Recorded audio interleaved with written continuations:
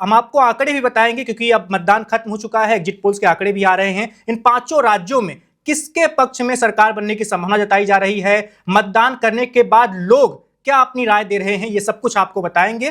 तो पश्चिम बंगाल से हम शुरू करेंगे। हमारे साथ शिवेन गौड़ जी भी ज्वाइन कर चुके हैं, अभी वन इंडिया के ही हमारे सहयोगी हैं। शिवेन जी, पश्चिम बंगाल में हवा का रुख आपको कैसा लग रहा है?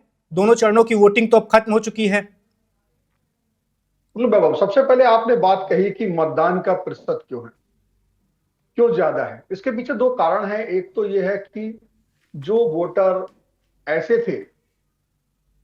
ऐसे थे जो सही नहीं थे, या तो उनकी मृत्यु हो गई थी या वो एलिजिबल नहीं थे, वो सब हटाए। वोटों का जो मतदान सूची का शुद्धिकरण है, तो फालतू वोटर वो कटे और उसके बाद मतदान के लिए लोग ज्यादा निकले भी हैं।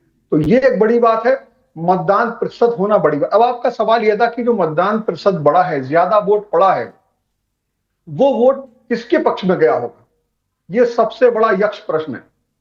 क्योंकि अगर आप पार्टियों की माने तो वो निश्चित तौर पे अलग अलग कारणों से अपनी तरफ दिखाती, लेकिन इस बार का पश्चिम बंगाल का चुनाव मैं मानता हूं कि पिछले चुनाव से अलग है।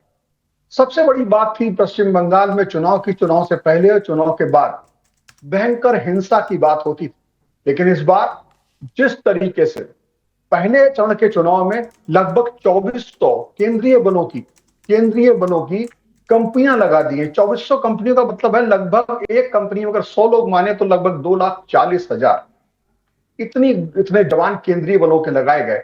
इसकी वजह खास तौर से यह थी, ये आरोप लगता रहता था कि जो पश्चिम बंगाल का पुलिस और प्रशासन है वो कहीं ना कहीं तृणमूल कांग्रेस या ममता के तरफ झुका हुआ रहता है, और यही एक सबसे बड़ी चीज थी जिसकी वजह से वोटर ये मानता था, जो भाजपा का कहना था कि जो उसके समर्थक वोटर है या तृणमूल कांग्रेस के विरोधी वोटर है, उनको या तो निकलने नहीं दिया जाता था या उन पर दबाव डाला जाता था। तो ऐसी स्थिति में जब हिंसा होती थी तो पुलिस भी बंगाल की मूक दर्शक बनी रहती थी। और ये बात अब भी पता लगी जब 9 जुडिशियल ऑफिसर को जो SIR की ड्यूटी में थे, किस तरह से तृणमूल कांग्रेस के कार्यकर्ताओं ने घेरा था।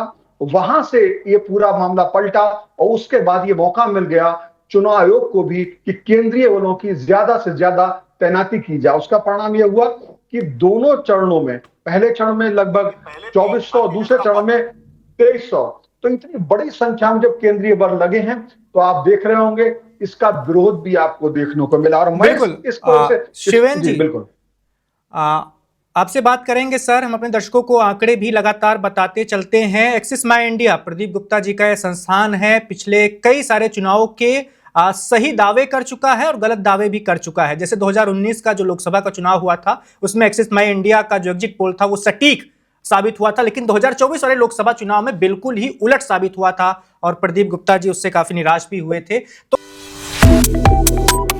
Subscribe to One India and never miss an update. Download the One India app now.